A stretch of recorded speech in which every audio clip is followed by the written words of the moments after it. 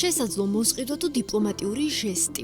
არაერთგვაროვანი განხილვა მოყვა ამბავს, რომლის მიხედვითაც ამერიკის შეერთებული შტატების პრეზიდენტი კატარის ხელისუფლებისგან საჩუქრად $400 მილიონ თვითმფრინავს მიიღებს, რომელსაც ჯერ საპრეზიდენტო ბორტად გამოიყენებს, მოგვიანებით კი საკუთარ ფონდს გადასცემს და კერძო თვითმფრინავად ეყოლება. როგორც ცნობილი გახდა, ოფიციალურად ნაჩუქარ თვითმფრინავს თავდაცვის დეპარტამენტი მიიღებს. უწყების შეფასებით საჩუქრის მიღება, ისევე როგორც შემდეგ მისი დონალდ ტრამპის ფონდისთვის გადაცემა, სამართლებრივად ლეგალურია და სრულთანხვედრაშია როგორც მოსყიდვის საწინააღმდეგო კანონმდებლობასთან, ასევე კონსტიტუციასთან, რომელიც თანამდებობის პირებს საჩუქრების მიღებას მხოლოდ კონგრესის დასტურის შემთხვევაში ავალდებულებს. ამბის მთავარი გმირი თვითმფრინავი 2012 წელს დამზადდა. მას კატარის სამეფო ოჯახის წევრები იყენებდნენ. 89 ადამიანზე გათვლილი Boeing 747-8 KB-ის ტიპის თვითმფრინავი პრემიალური ბიზნეს კატეგორიის არის და მოსასვენებელ ოთახებს, ამასთან საძინებლებს აერთიანებს. Boeing-ის ინტერიერი დახვეწილ მდიდრულ ელემენტებს ატარებს. დიზაინი ფრანგ დიზაინერს ალბერტო პინტოს ეკუთვნის.